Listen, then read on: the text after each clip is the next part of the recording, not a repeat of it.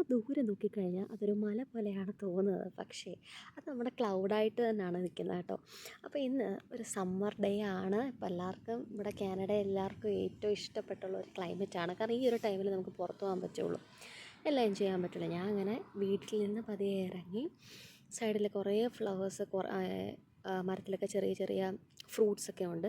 ഇതൊരു recycle day ആണ്. ആരോ cardboard വെളിയിലിട്ടേക്കും. അപ്പോൾ ആർക്ക് വേണമെങ്കിലും എടുക്കാം. ഞങ്ങളും കഴിഞ്ഞ് കയറി ഒരു സാധനം, ഒരു ചെയർ ഞങ്ങൾക്ക് അങ്ങനെ കിട്ടിയായിരുന്നു. പിന്നെ പോകുന്ന വഴിക്ക് ഒരു ചേർച്ചുണ്ട്. ഈ ചേർച്ച് ഞാൻ നേരത്തെ പോയിട്ടുണ്ട്.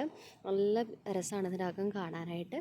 അങ്ങനെ ഇതിൻ്റെയൊക്കെ അടുത്തായിട്ടാണ് ഇന്നത്തെ എൻ്റെ സ്ഥലമായിട്ടുള്ള പാക്കിലേക്കാണ് ഞാൻ പോകുന്നത്. അപ്പോൾ ഒരു ചെറി പോലത്തെ ഒരു സാധനം അടുത്ത് എനിക്ക് തോന്നുന്നു റെഡ് കളർ ആകും ഇത്, പക്ഷേ അത് റെഡ് ആവുന്നതേ ഉള്ളൂ.